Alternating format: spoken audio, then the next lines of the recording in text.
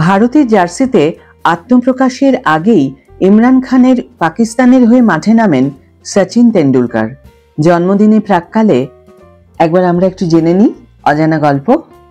High everyone, welcome back to my channel Anjana Banerjee blogs. বন্ধুরা, তোমাদের সকলকে আমার এই ছোট্ট ইউটিউব চ্যানেলে স্বাগত জানাই।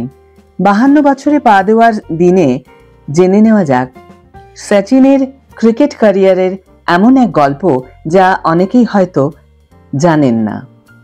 1989 সালের 15ই নভেম্বর পাকিস্তানের বিরুদ্ধে করাচি টেস্টে ভারতের হয়ে আন্তর্জাতিক ক্রিকেটে অভিষেক হয় সচিন তেন্ডুলকারের। মাত্র 16 বছর বয়সেই তিনি দেশের জার্সি গায়ে চাপানোর সুযোগ পেয়ে যান।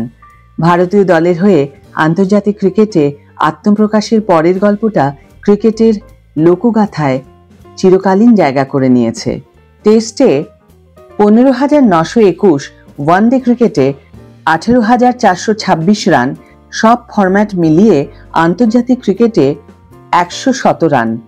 সচিনের বর্ণোজ্জ্বল ক্যারিয়ারই তাকে ক্রিকেটের ঈশ্বর হিসাবে পরিচিতি এনে দিয়েছে। তবে অনেকেই হয়তো জানেন না যে ভারতের হয়ে ক্রিকেট খেলার আগে সচিন পাকিস্তানের হয়ে মাঠে নেমেছেন, তাও আবার ভারতীয় দলের বিরুদ্ধে। সচিন তখনও 14 বছরেও পা দেননি। 1977 সালে পাকিস্তান দলের হয়ে মাঠে নামতে দেখা যায় তাকে।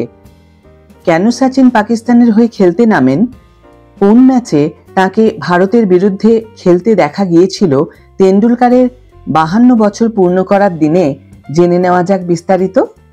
1977 সালে ক্রিকেট ক্লাব অফ ইন্ডিয়া, সংক্ষেপে সিসিআই এর সুবর্ণ জয়ন্তী উদযাপন উপলক্ষে ভারত ও পাকিস্তানের মধ্যে প্রীতি ক্রিকেট ম্যাচ আয়োজন করা হয়।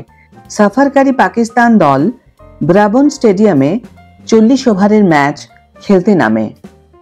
20 জানুয়ারি সেই ম্যাচে পাকিস্তানের হয়ে ফিল্ডিং করেন দুই ভারতীয়, তাদের মধ্যে একজন ছিলেন সচিন তেন্ডুলকার। আসলে ম্যাচের লাঞ্চের সময় দুই পাক ক্রিকেটার জাভেদ মিয়াঁদাদ এবং আব্দুল কাদির হোটেলে ফেরেন।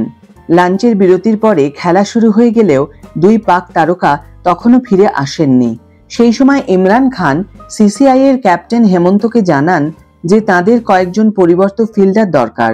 13 বছরের সচিন পাশেই বসেছিলেন, তিনি বাউন্ডারি বয়ের কাজ করছিলেন। তিনি বিষয়টি বুঝেই জিজ্ঞাসা করে বসেন যে আমি যাব। হেমন্ত মাথা নেড়ে হ্যাঁ বলার আগেই সচিন দৌড়ে মাঠে চলে যান। সেই ম্যাচে প্রায় 25 মিনিট পাকিস্তানের হয়ে ফিল্ডিং করেন সচিন। ডিপ মিড উইকেটে ফিল্ডিং করানো হয় সচিনকে। তেন্ডুলকার ফিল্ডিং করার সময় একবার একটি বল সরাসরি উড়ে আসে লেগ সাইডের বাউন্ডারিতে।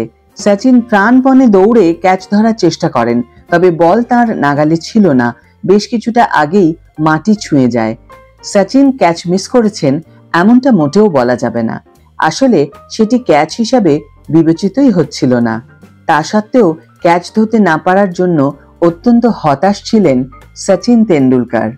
সচিন তেন্ডুলকারকে তার জন্মদিনের শুভেচ্ছা জানিয়ে আজকের ভিডিও এখানে শেষ করছি। বন্ধুরা, ভিডিও যদি ভালো লেগে থাকে তাহলে অবশ্যই একটা ছোট্ট করে লাইক দিও, শেয়ার করো বন্ধুদের সাথে, কমেন্ট করে জানিও তোমাদের মতামত।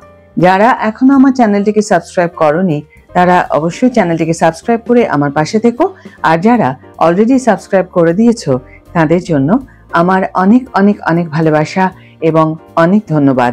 আজ তাহলে বিদায় বন্ধু, দেখা হবে পরের ভিডিওতে। ভালো থেকো, সুস্থ থেকো, সঙ্গে থেকো।